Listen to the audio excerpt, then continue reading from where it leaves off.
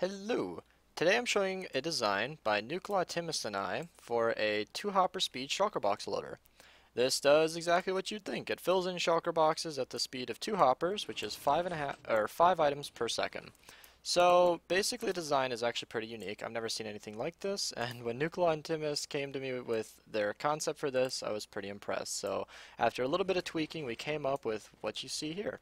Basically what happens is the items come in from above. I've just got a command block here, just spawning in glass blocks.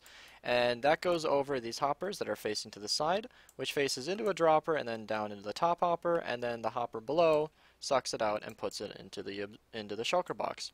When it's full, the hopper back here begins to back up, and then it triggers this second dust, which makes the whole mechanism work.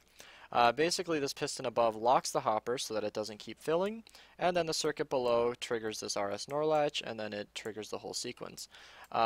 This is actually a pretty impressive design because the only other designs I've seen with this were made by other members of our server who used hopper minecarts, and they staggered the designs, and they were pretty messy, and all in all weren't something that we wanted to use.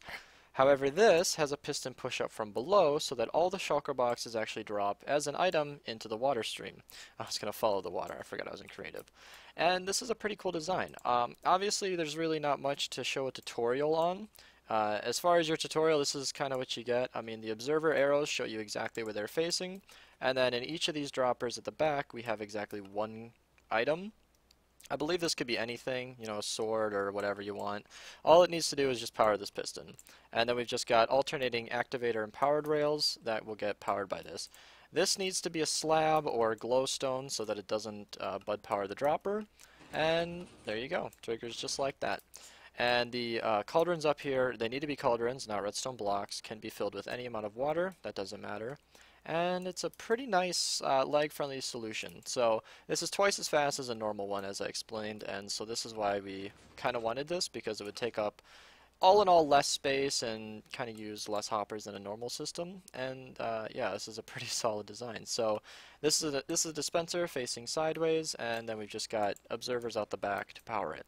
So the next part of this thing is kind of what I want to plug. This is my design for an automatic shulker box refiller.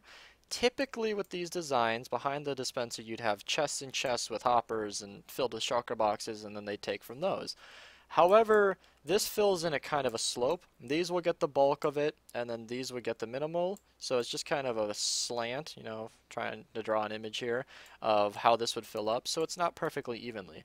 What this system back here does is actually pretty simple. This comparator right here runs the show.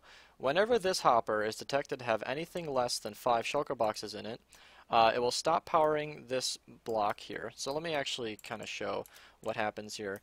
This is using a trick where if comparators read through a block, a tile entity, or an inventory item like a cauldron or a hopper or a chest or a bunch of other different stuff, it will only take a signal of 15 or more to actually power. So if I actually destroy this comparator, you'll see it'll actually depower and turn on that torch.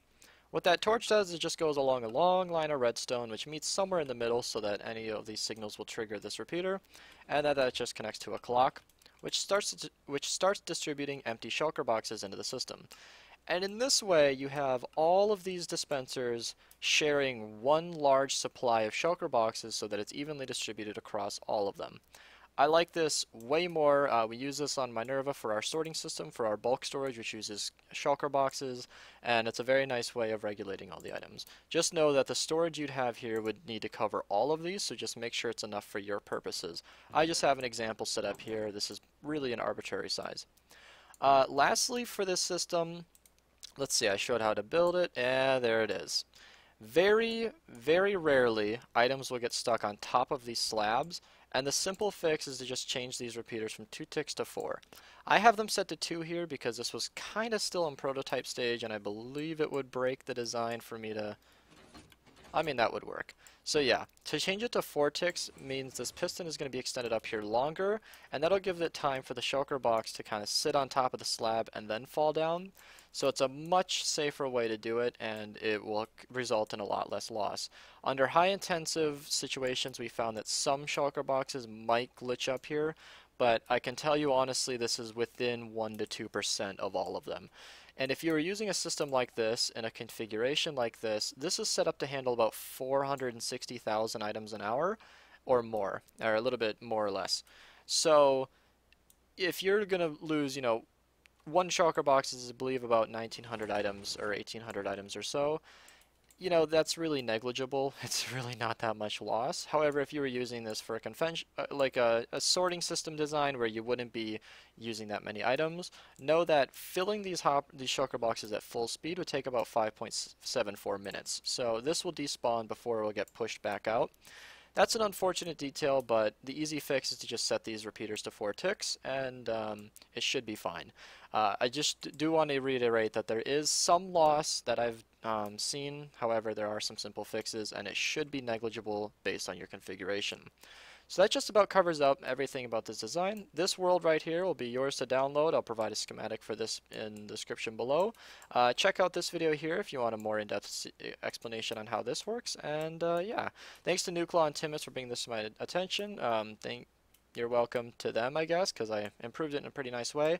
And together we made a really, really solid design, and I hope you guys find a use for it. Hope you enjoyed, and thanks for watching.